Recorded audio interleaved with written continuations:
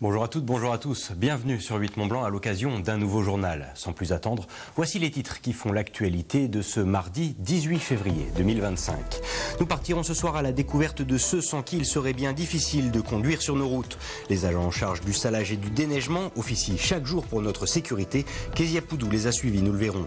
Puis nous reviendrons sur la victoire du FC Annecy à domicile ce lundi soir. Une réussite qui concrétise les espoirs de maintien en Ligue 2. Les explications à suivre dans quelques minutes. Mais avant de développer ces titres, un mot pour évoquer le procès marathon qui s'est tenu ce lundi au tribunal correctionnel de Thonon-les-Bains. Un procès au cours duquel comparaissaient deux frères de la région annemassienne pour violences volontaires sur des personnels de santé et violences aggravées. Les faits remontent au 8 janvier dernier dans le service des urgences de l'hôpital privé des Pays de Savoie. Face à la fratrie sur le banc des parties civiles, 15 victimes dont l'institution où s'est déroulée la bagarre. Au terme de 11 heures d'audience, au cours desquelles les versions ont été très différentes, le procureur de la République a requis une peine aménageable avec un mandat de dépôt pour les prévenus ainsi qu'un dédommagement pour les soignants. Le libéré est quant à lui attendu pour le 10 mars prochain. Alors que la grande majorité de la population locale s'abandonne encore dans les bras de Morphée, les agents des routes sont déjà à pied d'œuvre pour sécuriser la voirie en Haute-Savoie. 450 agents qui surveillent quotidiennement les quelques 3000 km de route du réseau routier pour rendre ces axes accessibles et praticables en toute sécurité de 6h à 21h.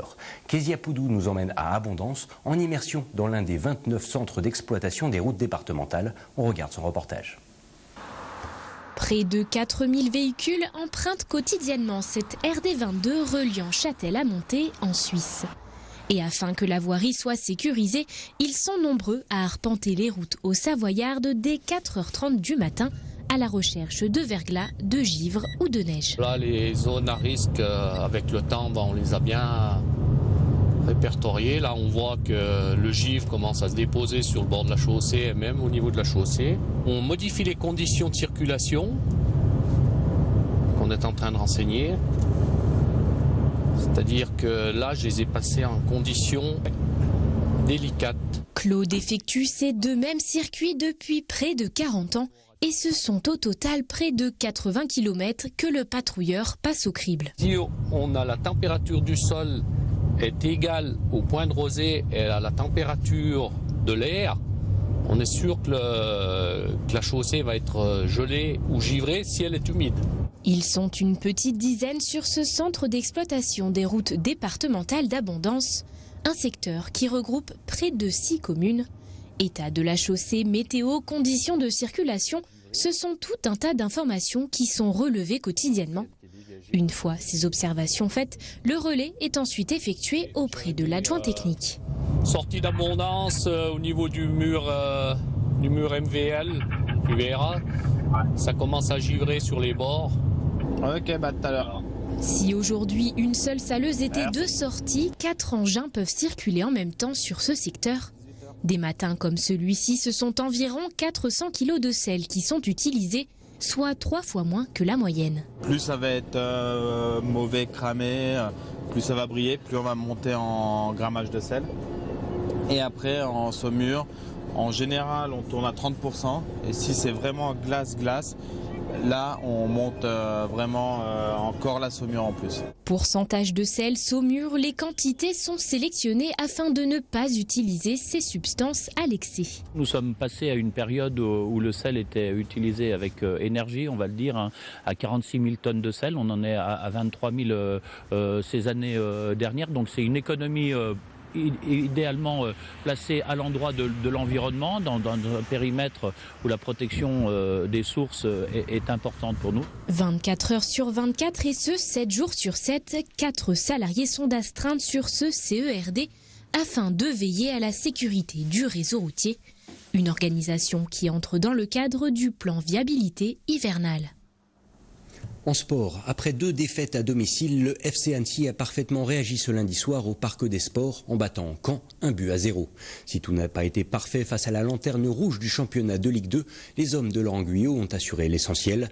Grâce à ce 11e succès de la saison, le FCA remonte à la 5e place du classement, mais il se rapproche surtout du maintien. Retour en images sur cette rencontre avec Sébastien Germain.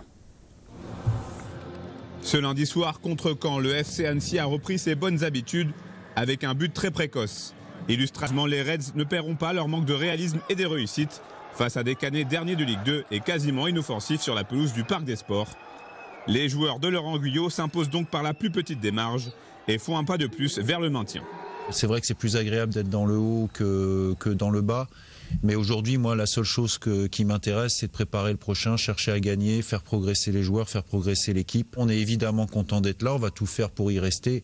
Mais sincèrement, je veux dire, ce soir, le gros point positif aussi, c'est je pense qu'avec ces 39 points, voilà, je ne suis pas sûr que le barragiste cette année réussisse à avoir 39 points. Donc c'est aussi un point positif pour nous. On sera sûrement à 99% en Ligue 2 la saison prochaine. Cette 11e victoire de la saison est au final très logique, même si le FCA aurait dû se mettre à l'abri plus tôt dans le match. Et vu la physionomie de la rencontre, tout autre résultat aurait été une vraie contre-performance. On marque ce but sur coup de pied arrêté, une de nos forces.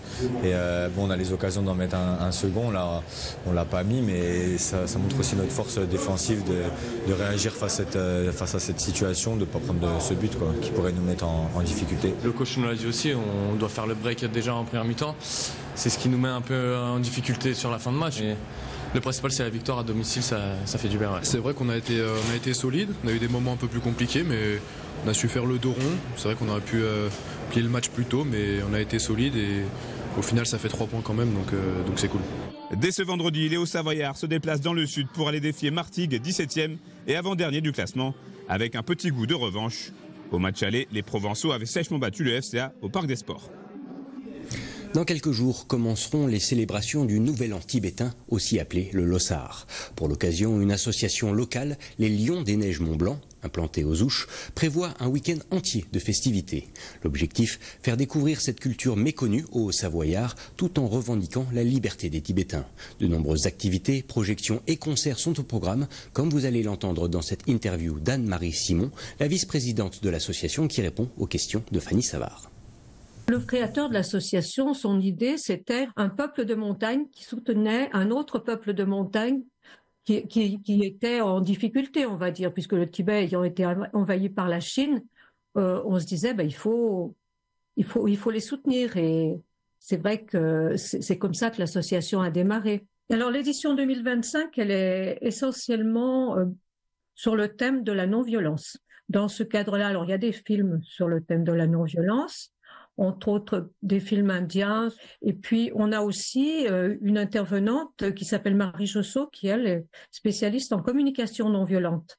Donc, elle nous proposera une conférence le vendredi soir et il y aura des ateliers le samedi et le dimanche, à la fois pour les adultes et pour les enfants. Alors, disons que la plupart des choses sont à participation libre.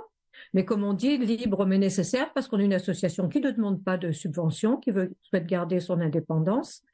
Et il y a ce qui est payant, c'est les repas, et puis le concert du samedi soir.